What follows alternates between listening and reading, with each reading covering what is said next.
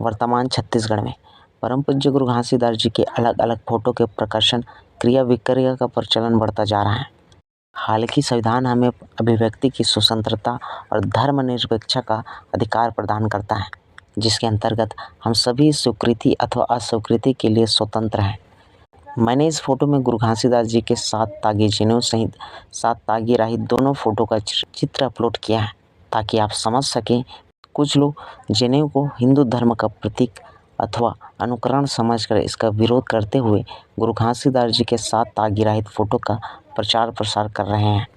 यह बिल्कुल सत्य है कि 7 तागी पहनने से ना कोई मनुष्य महान बनता है और न पहनने से कोई मनुष्य निम्न श्रेणी में हो जाता है, क्योंकि सतनाम धर्म में प्रचलित 7 तागे ऊंच नीच के भेदभाव से नहीं बल्कि मानवीय मानवता के उद्देश्य से धारण किया जाता है। सतनाम धर्म में महिलाओं को भी 7 तागी पहनने का अधिकार प्राप्त है। यह भी उतना ही सत्य है कि 7 तागी पहनने और पहनाने का उल्लेख सभी गजेटियर में किया गया है। गुरु घासीदास जी के चित्र निर्माणकर्ता ने 7 तागी सहित फोटो का निर्माण गजेटियर या इतिहास के अध्ययन के पश्चात किया था। ऐसे मैं दावे के साथ कह सकता हूँ। वर्तमान में सतनामी को हिंदू धर्म से पृथक धर्म के रूप में संवैधानिक मान्यता प्रदान करने के लिए बहुत से सामाजिक एवं धार्मिक संगठन कार्यशील हैं। यदि आप छत्तीसगढ़ के सतनाम धर्म से प्रचलित होंगे तो आपको पता होगा कि छत्तीसगढ़ में सतनामी समाज में 7 तागी का प्रचलन है, लेकिन कुछ लोगों को 7 तागी का हिंदू होने का भ्रम और भय है। इसके चलते गुरु घासीदास जी के चित्र को 7 तागी रहित प्रकाशित कर बेचना और 7 तागी को हिंदू धर्म का अनुकरण बताकर प्रचालित करना इसका मुख्य एजेंडा है। इसी प्रकार गुरु गद्दी आसन पूजा और चैत खाम को लकड़ी पत्थर का टुकड़ा बोलना बताना भी आम बात है। कुछ लोगों को ध्यान समाधि क्रिया को पाखंडवाद बताकर हिंदू धर्म का अनुकरण भी सिद्ध करते हैं, जबकि इनका ध्यान समाधि के ऊपर कोई रिसर्च और अनुभव नहीं रहता। लेकिन यही कैंडरधारी लोग सतनामी होने का नकली स्वैग भी रचते फिरते हैं। आइए मैं आपको भारतीय इतिहास के परिदृश्य से गृहसूत्र जिसे 7 तागी कहते हैं उसके प्रचलन से संबंधित कुछ जानकारी आपको बताता हूँ। जैसे कि आप सभी जानते हैं कि प्रागैतिहासिक काल के पश्चात भारत में सिंधु घाटी सभ्यता का आरंभ हुआ। यह भारत के सर्वप्रथम ज्ञात मानव सभ्यता के रूप में उल्लेखनीय है। इस सभ्यता में वर्तमान तक कोई भी धार्मिक परिचिह्न की खोज नहीं हुआ जिसके आधार पर यह कहा जा सके कि इस सभ्यता का अमुक धर्म से प्रत्येक संबंध रहा है, क्योंकि धर्म संबंधित सभी तर्क अनुमान सिक्के मूर्तियाँ मृतभांड हड्डियाँ और प्राप्त अवशेषों अन्य कृत्यों पर अवलंबित हैं। भारतीय धर्म ग्रंथों में यथर्ववेद अध्याय 10 पेज 5 में सर्वप्रथम उपनयन का उल्लेख किया गया है। इस संस्कार के अनुसार दीक्षित को गुरु के गर्भ से उत्पन्न हुआ माना जाता है।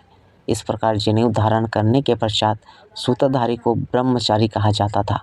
इसमें भी वर्ण विशेष का कोई उल्लेख नहीं है। आदिम जनजाति में भी कुछ इसी तरह के प्रचलन थे, जिसमें नवयुवाओं को जीवन में प्रवेश के पूर्व गृहसूत्र धारण कराया जाता था। और यह भी उल्लेखनीय है कि यह प्रथा वैदिक धर्म एवं कर्म कांड पर अवलंबित नहीं था। सिंधु घाटी सभ्यता के दौरान गेहूं और कपास की खोज हो चुकी थी। गृहसूत्र का प्रचलन शायद तब से रहा होगा। यह परंपरा केवल भारतीय महाद्वीप में प्रचलित था। प्राचीन ईरानियों में भी उपनयन जैसे संस्कार की परंपरा थी, जिसमें महिलाएं और पुरुष को पवित्र सूत्र धारण कराकर दीक्षित किया जाता था। इस प्रकार आहुर संप्रदाय में प्रवेश होता था। इसी प्रकार यह माना जाता है कि वैदिक कालीन भारतीयों में भी यह प्रथा प्रचलित रही होगी। बौद्ध धर्म और जैन धर्म ग्रंथों में स्मृतियों पुराणों में शूद्र वर्ग की विवेचना किया गया है। पाली ग्रंथों में अंगुत्तर निकाय के पृष्ठ 111, 113 में भी निषाद और चंडाल को अछूत जाति कहा गया है। गौतम धर्मसूत्र 28-42, विशिष्ट धर्मसूत्र 30 और आप स्तंभ धर्मसूत्र 3, 9, 15, 18 में भी शूद्र की स्थिति की विवेचना है। ब्रिटिश गजेटियर में भी ट्रबल एंड कास्ट तथा अन्य दस्तावेजों में लोअर और अनचेम्बल कास्ट को बताया गया है, लेकिन यह मूल भारतीय ग्रंथों से भिन्न रूप में लिखवाया बताया गया है। यह निर्माण की पौराणिक मान्यताओं को छिपाया गया है। उसके स्थान पर प्रचलित जातिगत समीक्षा को प्रस्तुत किया गया है। इन्हीं कारणों से उन्हें सात तागी अथवा गृहसूत्र को सिल्कन थिन कोट जनेऊ लिख दिया गया, जबकि सात तागी और जनेऊ भिन्न भिन्न होते हैं।